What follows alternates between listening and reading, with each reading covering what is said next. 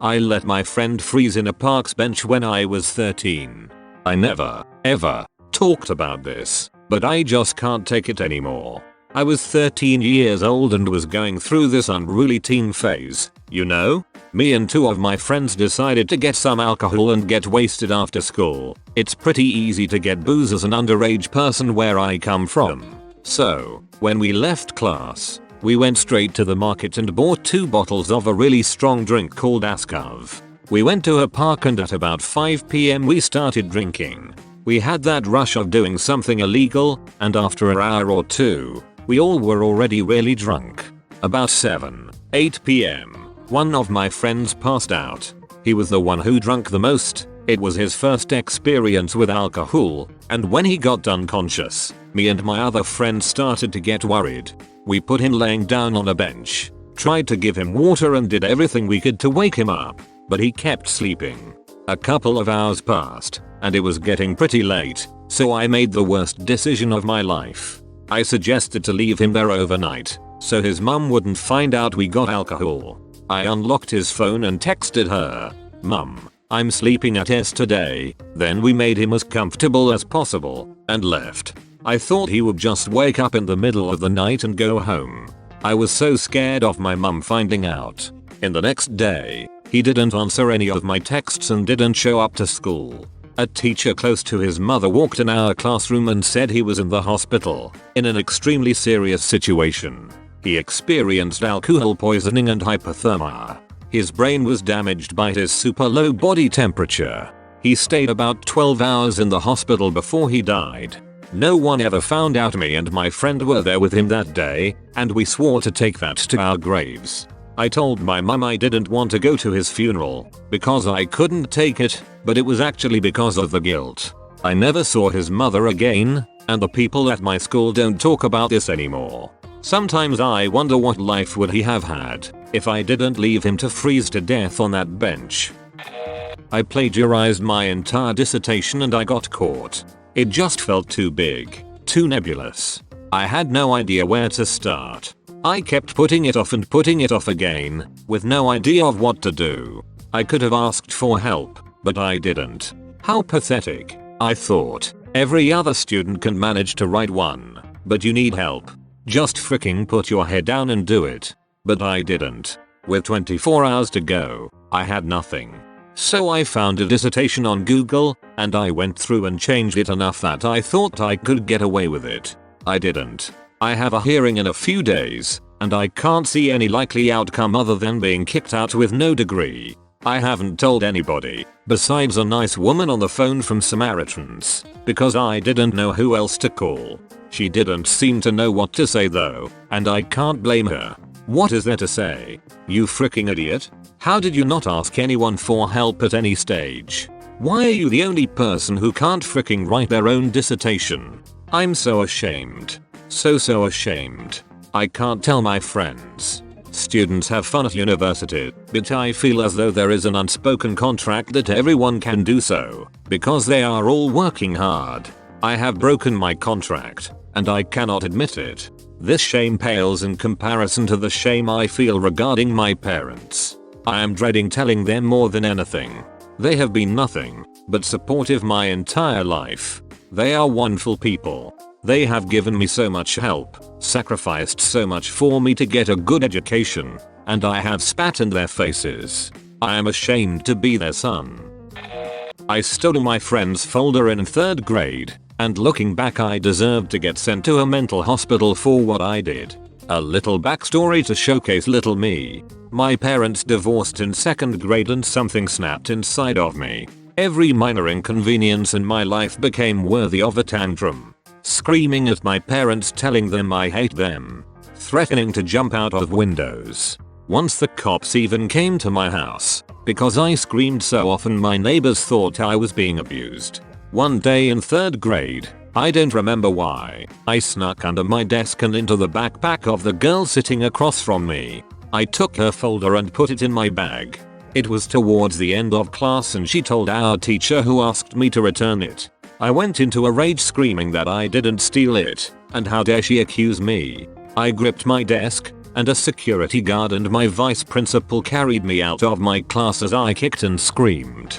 I was sent to the principal's office, where I kept screaming how I hated life, and I wanted to die, and I wanted my parents to die. My parents were called, and I was taken to a hospital where I spent the night. Then the next morning I was carried, kicking and screaming, into an ambulance. I remember my mum sitting there crying as I screamed every curse word I knew at her, saying it was her fault, and I was going to pee myself if they didn't let me out. My time at the hospital they took me to was a blur, and when I was released I would be in therapy up until I graduated. I've always for some reason felt the need to defend myself, saying it wasn't my fault and blaming everyone for freaking out on me. But I'm finally ready to say it. I stole her folder, and I was the one responsible for everything that happened after. Not my parents. Not the school. Not my classmate. I did it, and it feels so amazing to finally say it. I yelled at my grandpa, who is suffering from dementia. Now it's the last memory he had of me. When I was a teen, my Lolo, grandpa, stayed with us. At that time, he suffers from early signs of dementia. I'm actually very fond of him, and we were actually very close, because he took care of us since early childhood and he was present when I was growing up. I was not the perfect child, nor am I a good person when I was a teen. I often lose my temper over the simplest things. Since my grandpa was suffering dementia, he often repeat things, like topics, questions, etc. I was busy at something back then and my grandpa asks me for the 5th time, when will dinner be ready? I easily lost my temper and yelled at him. I remember the words I said that I would regret forever. I remember saying, "Lolo, for the last time, it's too freaking early. Why can't you freaking understand?" I saw and felt the emotions he just felt and immediately said sorry. For the first time I saw tears in my grandpa and he said sorry for having dementia. Couple of months later his dementia worsened to Alzheimer's, and the first time I saw him again, I saw his repulsed look and reaction, the same one I saw that day. And every time we would visit, I would always be welcomed by that emotion. I freaking hate teen self for being a self-absorbed douchebag. My grandpa died last year and I'm the only one he never mentioned by name in his will. As a child, I copied a poem from a book and won first place in a poetry contest. When I was in the 3rd grade, I was very into reading, writing, and often stayed up far past my bedtime reading anything within my comprehension level that I could get my hands on. We had a stack of children's encyclopedias I loved on all sorts of topics: dinosaurs, the planets, world history, etc., including one-off stories, poems. One poem stood out in particular. It was about solitude in nature and really struck a chord with me.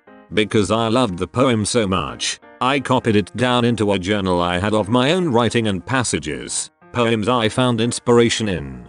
Because I was so young, talking single digits here, it never occurred to me to write down the author or anything, especially not in my own journal. A few weeks went by and my mum had stumbled upon journal while cleaning my room. She read the poem and assumed it was original writing. She approached me about it that night and was so proud of it. Like any 80-year-old, I wanted my mom's approval and pride, so I didn't tell her I had actually found the poem in a book. I didn't think it would be a big deal, and she was so proud. Fast forward a month or two, my mum is reading the Sunday paper and sees a poetry contest for young people. She immediately thinks of my poem and insists I enter it. That afternoon, she had my dad drive us to his office so she could type it up before home computers. She sends a copy into the newspaper and, of course, because it's an 80-year-old's name on an adult's published poem, it wins the first prize in my age group. My parents are so happy with me and I feel so incredibly guilty. Within the next month, the poem and my picture are ran on the front page of the arts section in the paper. I am invited to read the poem as part of an award ceremony for all the contest's participants. Of course, I go, because my mum wants us to, and why wouldn't I? I get a small award, a ribbon and maybe a gift card? I don't remember. What I do remember is feeling so incredibly guilty. I have spent more sleepless hours over this poem than I can count. A few years later, We learn about plagiarism in school and I feel as though I'm being personally called out. I remember tearing out the book's page with the poem, ripping it up, and throwing it away wrapped in an unused sanitary napkin. Because I was so afraid anyone would find out. It's been 20 years since that awards ceremony and even though I realize it was a childhood mistake that isn't even that large, I still can't quite shake the guilt. I may have committed a felony hit and run on my way home from work. Last month, I was driving home from work in my dad's Honda Odyssey because I don't yet own a car.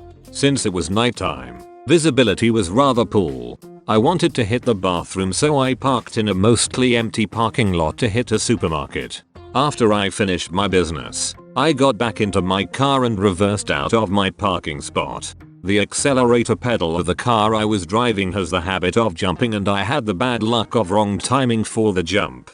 The accelerator fired and I basically blitzed the back of the car into the front of a sedan. The crunching noise of metal ripped through my eardrums as I quickly readjusted the gear and parked a ways away. Luckily, or unluckily for me, there were no witnesses, but the car I had rammed basically had the driver's side front corner of the car scrunched in.